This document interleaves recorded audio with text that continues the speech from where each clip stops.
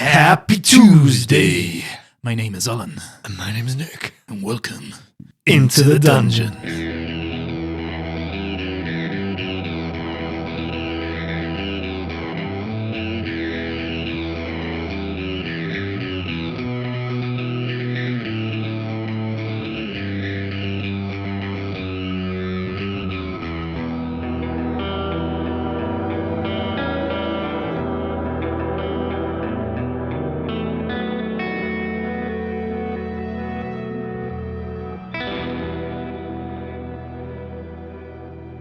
Suddenly you smell the scent of charred wood and sulfur. Birds fall silent. Leaves wither on their branches, curling and blackening at the edges.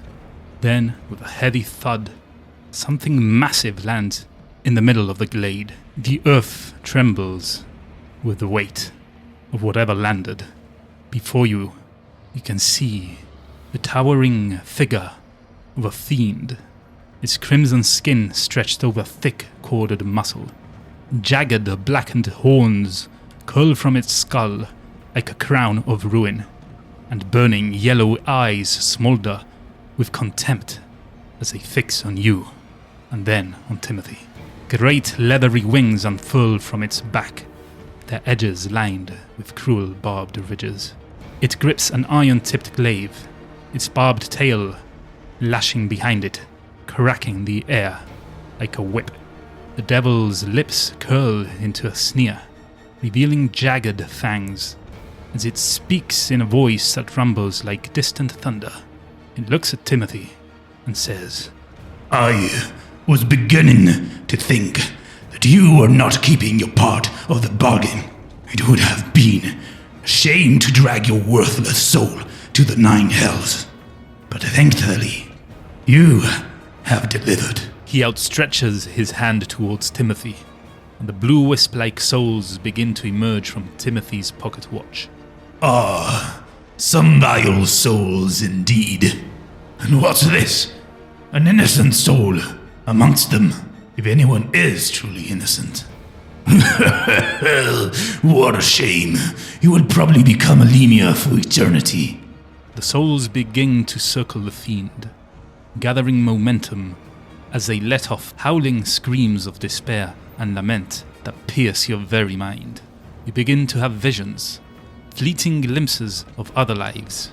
A street urchin begging for scraps, a child beating up a younger boy and stealing his belongings, a man starving in a gloomy cell surrounded by other prisoners, and a young dwarf in a small but warm home, laughing as he throws and catches a baby in the air. You snap out of it when the fiend suddenly raises an open fist in the air, immediately closing it as a rush of sulfuric wind picks up and sweeps past you towards him, taking the circling souls with it as they despair into his closed fist with one last futile wail.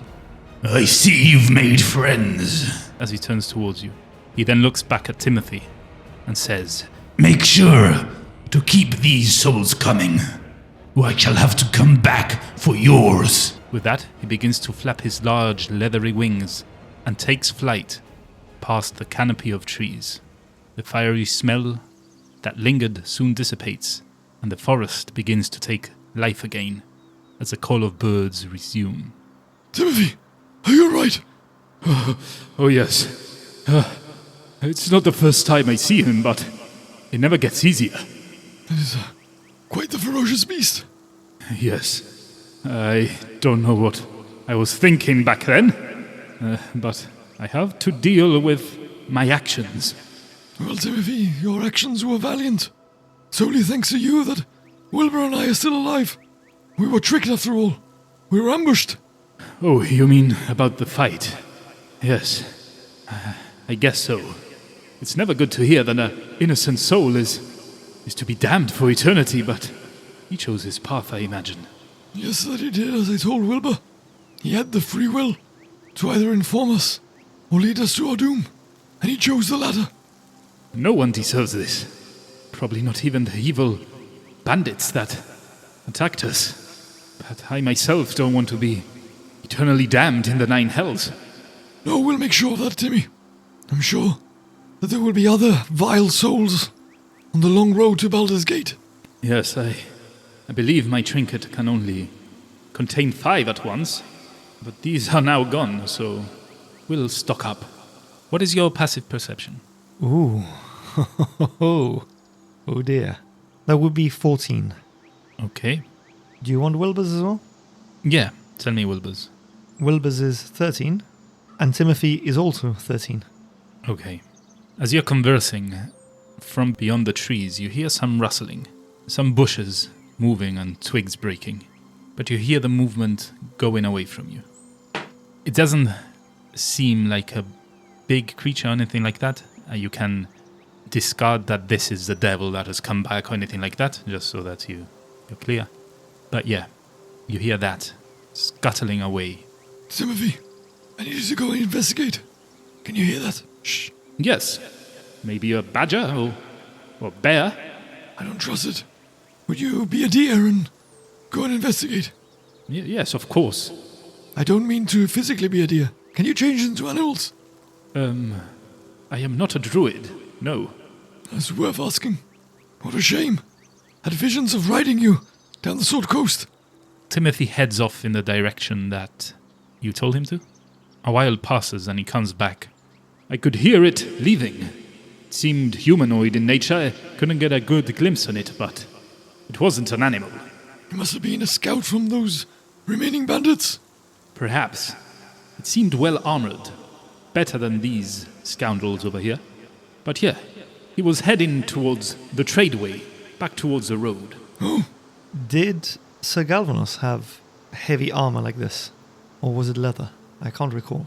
Well, he didn't wear leather, no. Probably had chainmail, something like that. Okay. I think Arfharim's thinking here it's probably not Sir Galvanos. He probably went back to his home. At least he's hoping he went back to his home. Wilbur, Yes, Arfharim. you're good with animals. Yes. It's my favorite pastime. Well, we're going to go and look for Hilda. Okay. But I can't remember the name of this horse. But when I was serving at the Flaming Fist, I used to tend to the stables at times. There was always this beautiful horse that I had this connection with, so from here on, this will be known as Betsy. The Betsy. The Betsy. Well, no, this is after that adventure, isn't it? So it's in honor of that Betsy. In honor of Betsy's Betsy. long dead by now. Oh, wow. Oh, that's a nice name. But didn't this horse belong to the dwarf? Yes, but we need to keep her safe. We're not gonna ride her into the bandit camp. Oh, okay. Be a deer and tie her up to a tree or the log or something, just somewhere where she can't run off from. Okay. And he goes towards the horse, calms it with a slight touch on the side of its neck, whispers into its ear. Okay, horsey. I'm here to help you. Don't be afraid. He tries to lead the horse away, but it seems stuck in the bush it is in. Wilbur, Yes? I think you're gonna have to cut her free. Okay. He takes out his double-handed sword, and the horse kind of jerks back a bit, nervously eyeing Wilbur. Can I do an animal handling check? Are you there with him? Well, For Wilbur, for you mean? Wilbur, yeah. Yeah. For Wilbur. He still hasn't done anything. He's just taken the sword. The animal's a bit scared. Does he realize it's scared and would want to calm it down now? Yeah, he realizes that maybe he doesn't like the sword being pulled out in front of it. So he puts it away. Here, Wilbur, I have a dagger. Poor Betsy seems a little startled by the size of your blade. Okay.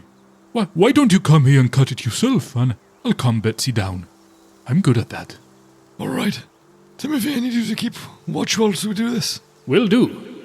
So I proceed to make my way to Betsy and want to try and cut her free from the bush whilst Wilbur keeps her calm.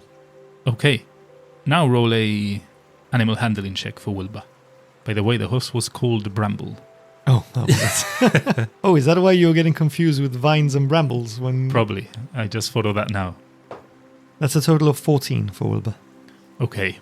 As you crouch down and start cutting the vines or this thick bush, you notice that it's not only tangled in the bush itself, but there is actually a rope that's restraining it, tied to the bush.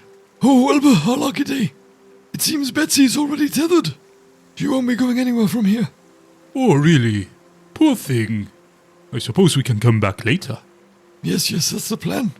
Okay. And hopefully with Hilda. Where to now, then? I guess it's time to follow that trail we found earlier. We must proceed quietly. Use the element of surprise. So we want to walk in a marching order with Timothy at the front, Wilbur in the center. Actually, no, we're going to go with Wilbur at the front, Timothy at the back, and Arfharim in the center. And we want to do this quietly. Okay, then roll for stealth. And Wilbur would roll with disadvantage because he has chain mail armor. This is blind, isn't it? Yes, it is. Tell me what the colors represent. So yellow is Arfharim, red is Timmy, and the blue/green ones, they both look a bit blue in this light, are conveniently Wilbur. Okay, so you're making your way towards where you think the bandit camp is. Are you trying to track the steps that you found around this area that were leading east? Yeah, that's the aim, to follow the tracks we found before. Then also, if you don't mind, roll me a survival. Do it with advantage instead of for everyone. You're all helping out here. It's a total of 13.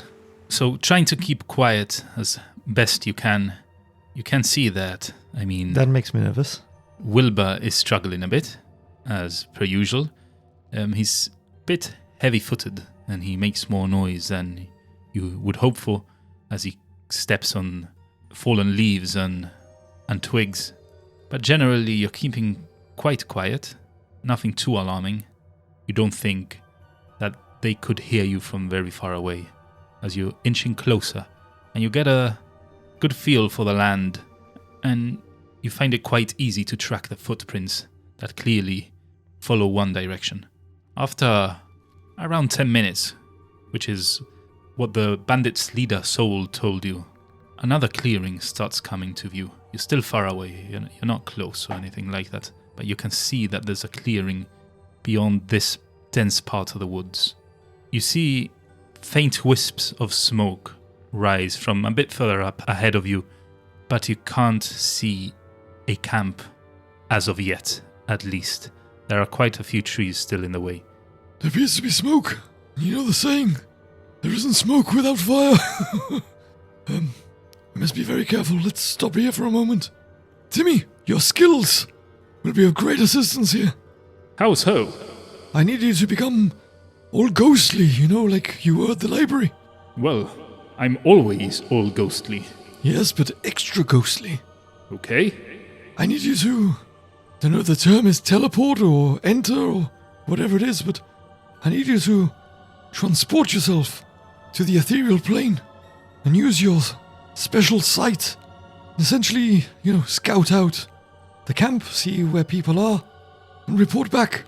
Perhaps we can rescue Hilda without killing anyone further. Very well. As a note here,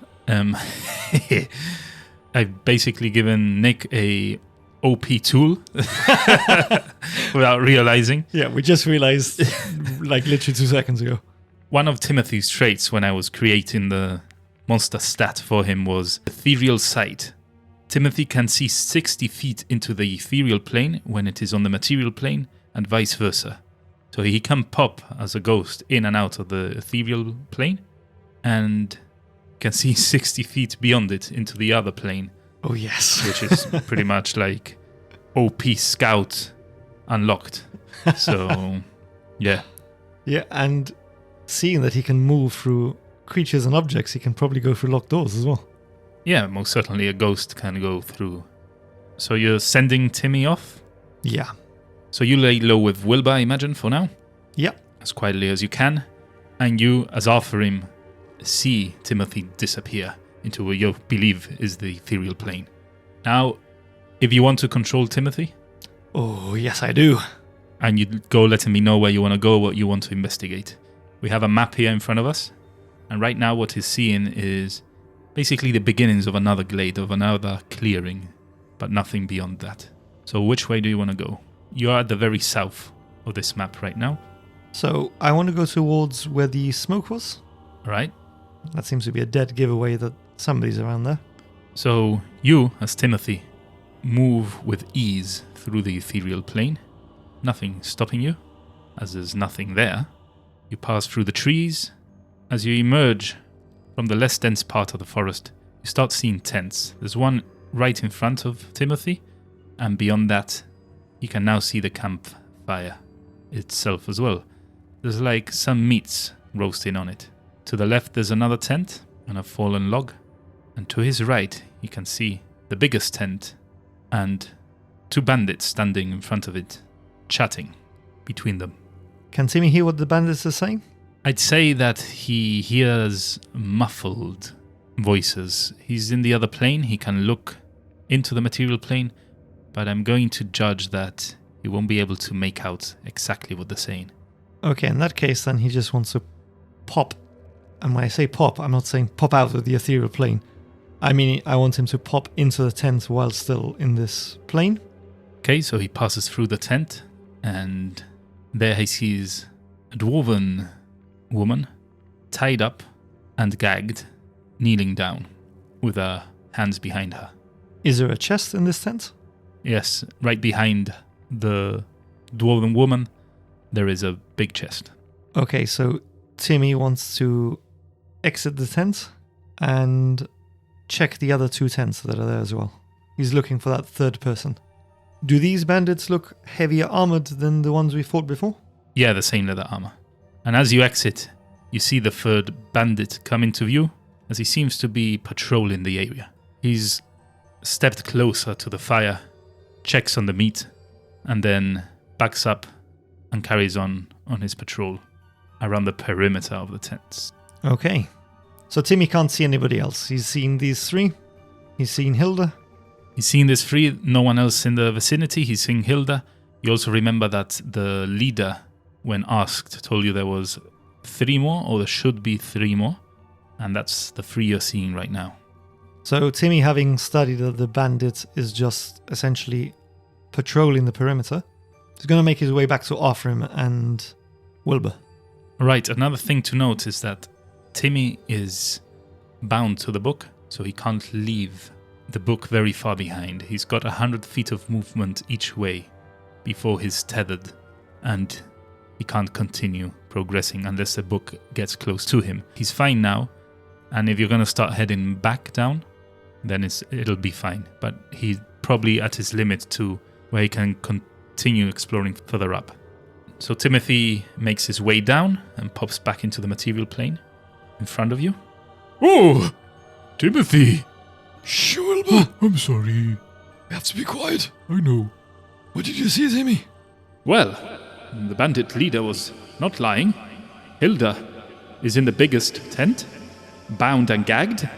And there are indeed 3 other bandits, 1 patrolling the perimeter and 2 standing guard in front of the tent. Other than that, there's some juicy meats on the fire. Oh, could do with a good meal. I have a plan hatching in my mind, Timmy. Oh, and the large chest. Oh, you saw Lest that I as well. forget, yes. Oh. Inside, behind Hilda. What is your plan?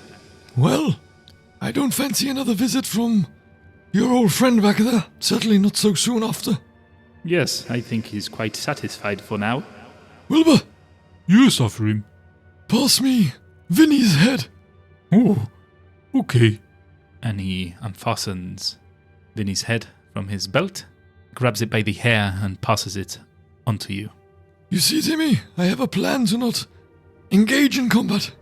You scare me sometimes, Arfharim. Oh, well, that's precisely what I've got in mind. You did a marvelous job of trying to scare me in the library. Well, it clearly didn't work, but... Oh, but you did not have a severed head. Yes, indeed I didn't. Would you be a deer? And I told you I can't... Oh, okay, I'm sorry. would you be a deer and try to frighten these bandits away from the camp? I need you to channel your inner, scariest voice. Go back into the ethereal plane with this head. Toss it into the center of the camp, avoiding the fire, and try to scare them away. Tell them that their leader is dead, and that they do not flee and leave all their belongings and their hostage, that they will be next. Ooh, diabolical. Okay, I think I can do this. So they'd think it's a ghost or something that's killed the leader. Well, quite literally. Did you see any boxes or barrels or chests outside near the bandits that were in the camp? Yes, they seemed like miscellaneous items, nothing to report on, but yes, there were a few discarded barrels and crates. I think for maximum effect, Timmy, you should pop out of the ethereal plane atop said box, throw the head at their feet, and then basically say everything I said before. Oh, okay. What did they attack me, though? Well, Pop back into the ethereal plane. understood.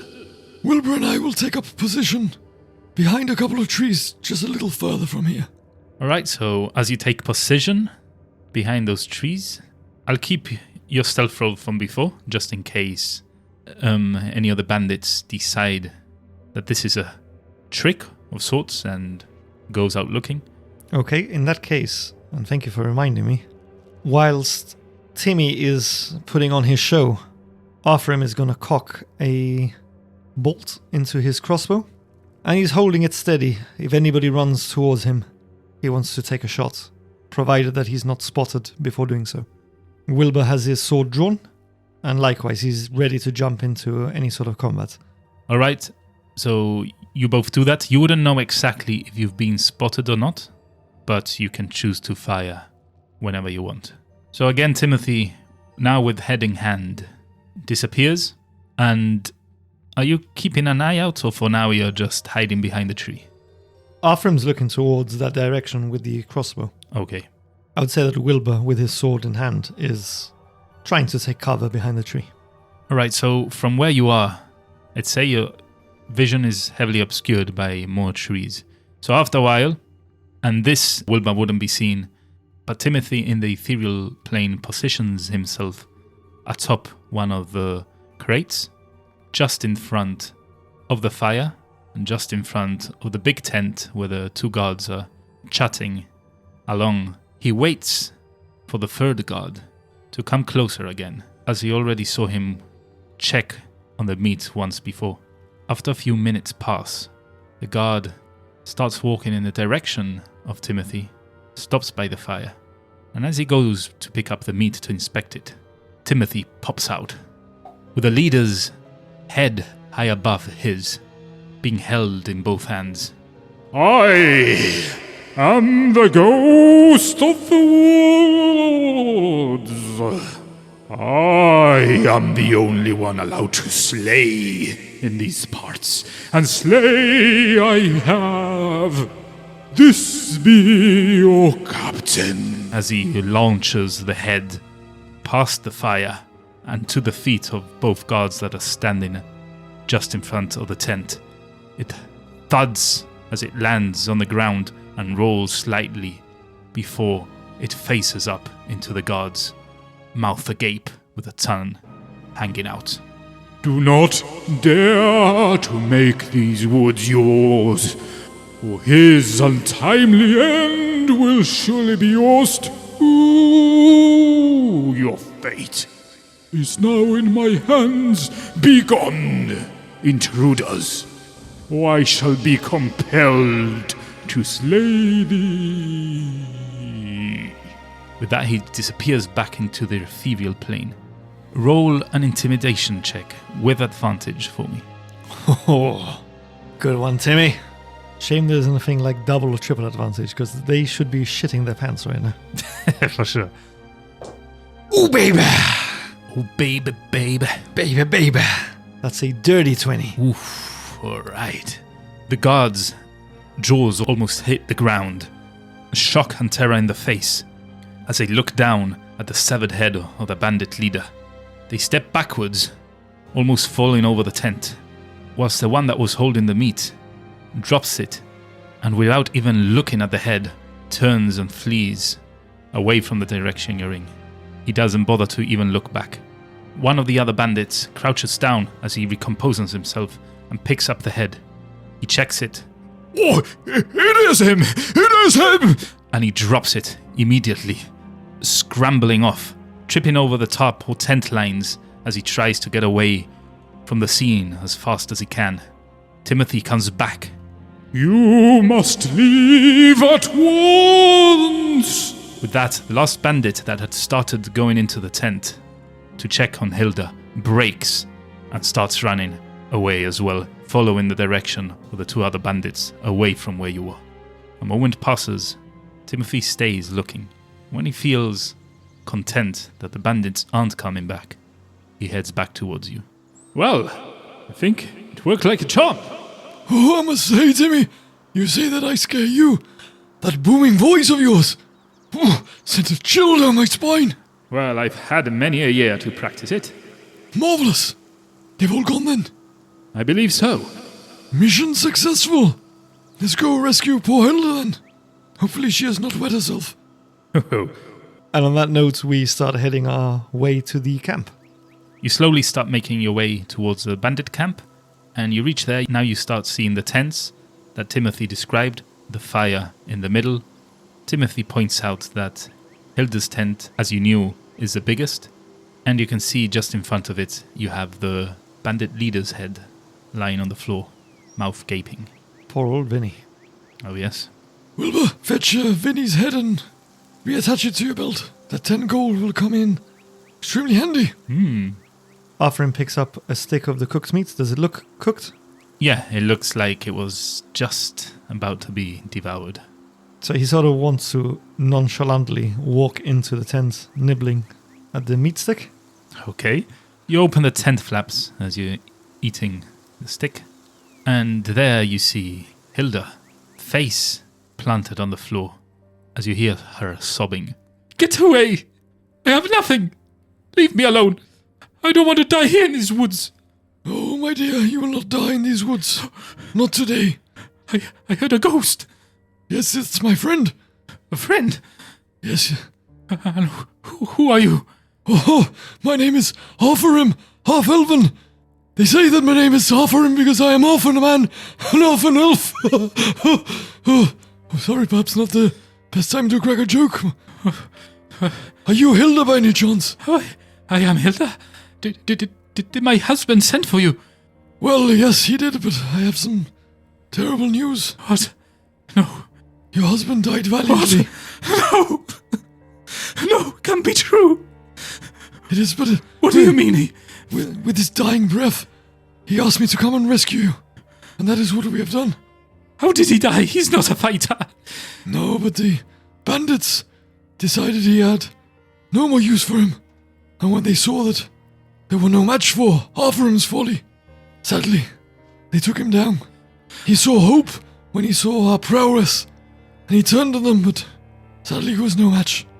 That fool! He should have tried to stay alive. Forge on the furnace, melt me and mold me. Oh, I hope at least my dear husband's soul can find comfort in the fiery forges of Dwarf Home, serving Farmer Cool as he did in life. I'm sure they hold a place for him there. I'm sure you will, my dear. Come, let me untie you. You are safe now. But I can't go on without him. Sorry, and thank you for helping me, but... It's not all bad news. We've got your horse and we've got your carriage. Small comfort, but thank you. Where were you headed, Hilda, if it's not too much to ask? Were you headed towards Daggerford or Yes. towards Waterdeep? Oh, we came from Waterdeep. We were headed to Daggerford. We were visiting our children. Oh, sad times. They were making a living trying to make a living in Waterdeep. We were going back to our workshop. I'm so sorry for your loss. But we too are headed towards Daggerford, so the rest of your journey, you will have a personal guard with you. My friend Timmy and my good friend Wilbur. Thank you. It'll be a comfort to know that at least I'm not traveling alone. The other silver lining on this dark cloud is that we've managed to save your husband's body. It's not too disfigured either. He was strangled to death. Well, at least I can bury him. Yes, and say my farewells. And that of your children too. Again, I'm so sorry for your loss. You say that as you chew on the meat stick? Yeah, I'm guessing by now I've probably wolfed down what was left of it. Yeah, using the stick to pick at your teeth. Yeah, so essentially, I'm untying her, and then I want to retrieve the small key and unlock the chest. Oh, thank you. And I imagine you got the key from the bandits. Yes, that I did. Well, they were keeping some of our items, if you don't mind. No, of course. I'm not here to rob you. So you want to unlock the chest? Yeah. Okay, you do so with a key, no problem. It opens up. Again, the bandit leader said it wasn't trapped, and it wasn't. Thank God. I just realized I probably should have searched for traps first. Probably not wise to trust a damn soul. Probably not, although they are compelled to say the truth. Ooh, I did not know that. You know it now. Maybe I shouldn't have told you. Well, I won't mess a game. I'll try and figure that out at some point. Well, actually, you kind of can figure it out. Roll me an intelligence check. Now I've told you anyway, but for Arfharim's sake, roll me an intelligence check. You know how we play, though? I'm not going to Yeah. let that influence me if it's a crap roll. Yeah. Yeah, he doesn't know. Man, this dice is cursed. The yellowy That was a 3 again. Pikachu. That's the second or third 3 tonight. Got to put him back in the Pokeball. He's wondering, why didn't he lie to me? But Yeah. he hasn't sort of Yeah, put 2 and 2 together. you just say like, all right, cool, he wasn't lying to me. But for now, Arfharim hasn't clicked that perhaps the souls can't lie. Anyway, you open the chest, and surely enough, it opens up, and inside you see various items. I'll list them so that you can decide what you want to take. I imagine everything. Everything we can, but I do want to ask Hilda which of these are her possessions. All right, so you see a ring laying on top of a book. There's also a golden ingot, a necklace that seems to have a precious green stone on it. I'm rummaging through this, but not taking them out and showing Hilda, because I want to ask her what exactly she had. I don't want her greedy dwarven eyes to sort of say, oh, I've lost everything now. I want to grab it all. Okay. And the other things are really miscellaneous items, some boots, but they look mundane and worn. Some arrows, some bolts, maybe if you want to pick up some more bolts. Yeah, I'll take those. It's around 5 bolts. And that's pretty much it that you find there. What were your possessions, Hilda? Well, they took a few things, but some of those I think they carried with them. But I saw them put a book in the chest. Book? Yes, it's a history book. Can I see the history book in there? Yeah, you can see the book, the ring was on it. The title reads A Brief History of Undermountain. At the bottom, it says, the name of the author, Daizez. That sounds very dwarvish. Is this your book, Hilda? You take it out to show it to her. Yes, my husband's, but I like to keep it. Of course. Were any other possessions of yours stored in this chest? No, not that I know of. We were traveling light, as all our goods we already delivered to Waterdeep. We had some gold, but I think they've taken it with them. Oh, they only had 17 silver pieces amongst them. And I present the 17 silver pieces to her. Thank you, it was substantially more, but you can keep this. This wasn't my pouch. Oh, sorry to say that perhaps one of the 3 that fled had your gold pouch. Yeah, I imagine so. But anyway, that's the least of my worries. Come now, my dear. Let me introduce you to Timmy. And Wilbur. We can converse as we make our way back to your horse. Your husband did tell me her name, but alas, I've forgotten it. I've provisionally named her Betsy. His name is Bramble. Oh, it's a he.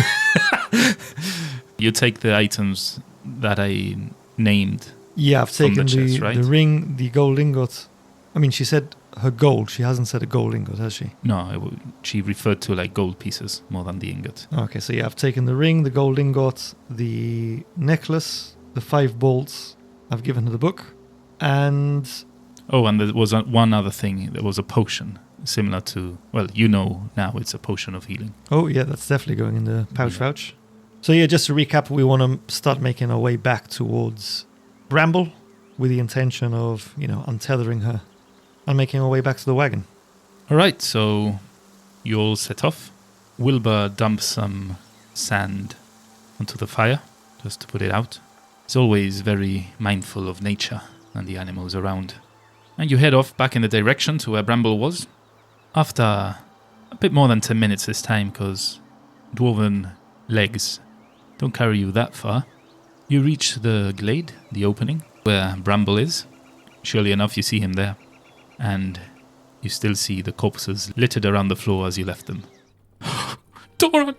Hilda breaks in a run as she throws herself on her late husband's corpse. We had so much going for us. I'll miss you eternally. Wait for me in Dwarf Home. I will see you soon, my love. And that is where we're going to end it. On a very sad note today. Oh my god. What have I done? You bastard! You killed an innocent man. Well, again, I stand by that he's not entirely innocent in this, but I do feel a bit guilty. I'll take the blame for that because I've tried to make you Very feel successfully, I must say. as guilty as I possibly can. You know, I mean, Nick, the player, definitely feels guilty. Arfharim is kind of like, well, you know, he brought us here to be killed, ultimately. Yeah. We weren't robbed. We were literally, what was he called? Vinny came running at me with a scimitar and just swiped at me, so... Maybe he didn't expect them to attack. Maybe he was told that they were just going to rob you or whoever they brought along. But yeah, I mean, he chose his actions, which put you in harm, and ultimately it put him in harm. And those were his choices. And unfortunately, there's consequences to choices, and those were the ones that met him. But anyway, what will happen next week? I hear you ask. Well, you have to tune in to find out. If you can't wait a whole week, visit our website, www.i2cd.com. Follow the links there to everywhere where Into the Dungeon resides. Social media, Discord, and that beautiful cup of coffee. Click on it, follow it to our Buy Me a Coffee page, and if you wish to support the podcast and help us continue to make these episodes for you, you can make a one-off donation or sign up to a tier and make a regular donation for us. That helps the podcast out tremendously. And it's also a fun little way for you to be a part of the stories we tell and help shape the adventures we play, as your potion will appear in-game. But if you don't want to donate or simply cannot, worry not, you can still help us out by following us on our links. Also, maybe leaving a review in your podcast player of choice and giving us some stars, some good ratings. That helps us out tremendously. Why not also tell your friends and family about Into the Dungeon and the games we run here, if you think that that is something they will enjoy. Again, thank you very much. And now that brings us to the end of the episode club. The last one standing. That's right, where we give you a password, you use said password in a phrase, in a comment, and that proves that you are here to the very last. Do you have a password for us this week? Well, yes I do. Fright of your life. No need to explain what that is. Surprised the bandits didn't wet themselves as they run off. So there you have it, that's the password for this week. Use it in a comment. Prove to us that you have the highest constitution and you've stayed to the very, very end of the episode.